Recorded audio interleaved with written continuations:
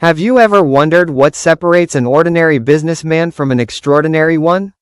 Let me tell you a beautiful story. Once upon a time, there was a successful businessman who had spent his entire life building a large and prosperous company. As the years passed, he grew old and realized that it was time to retire. But there was one important decision left to make. Who should inherit his business?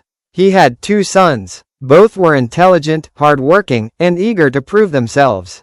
Yet, the father knew that running a successful business required more than hard work. It required wisdom, creativity, and the ability to think differently. One morning, he called both of his sons into his office. "My dear sons," he said with a gentle smile, "I have grown old, and the time has come for me to hand over my business to one of you. But before I do that, I want to see who truly has the mindset of a leader." He placed $100,000 on the table for each of them. "I have a simple challenge," he continued.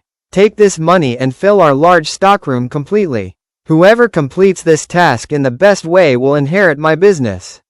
The elder son immediately grabbed the money and rushed to the marketplace. He spent the entire day buying furniture, wooden boxes, sacks of grain, old equipment, and countless other items. Truck after truck arrived at the warehouse. Workers unloaded everything, stacking the goods from floor to ceiling. By evening, the stockroom was packed with expensive materials. The elder son looked at his work proudly and thought, "Father will surely choose me." Meanwhile, the younger son did something surprising. He didn't rush to the market. He didn't buy anything. Hours passed. The sun slowly began to set, and everyone wondered if he had given up. Finally, just before the shops were about to close, the younger son quietly walked to a nearby store. He bought only two things: a small candle and a matchbox. Nothing more. The workers laughed. His elder brother smiled confidently. "What can a candle possibly do?" they whispered. That evening, the father arrived to inspect both stockrooms. He first entered the elder son's warehouse. It was filled with goods, boxes, furniture, tools, and supplies. It looked impressive. The father nodded, but he noticed that there were still empty spaces here and there. Then he walked to the younger son's stockroom. It looked completely empty. The father frowned. "My son," he asked gently, "what happened?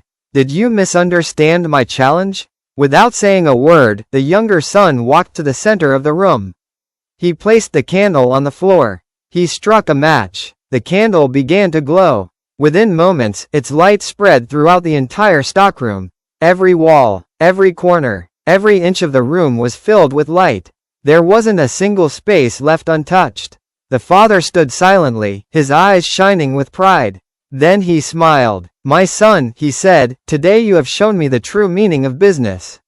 He placed his hand on the younger son's shoulder and continued, "Anyone can spend money. Anyone can fill a room with expensive things. But only a true leader knows how to create the greatest value with the smallest investment."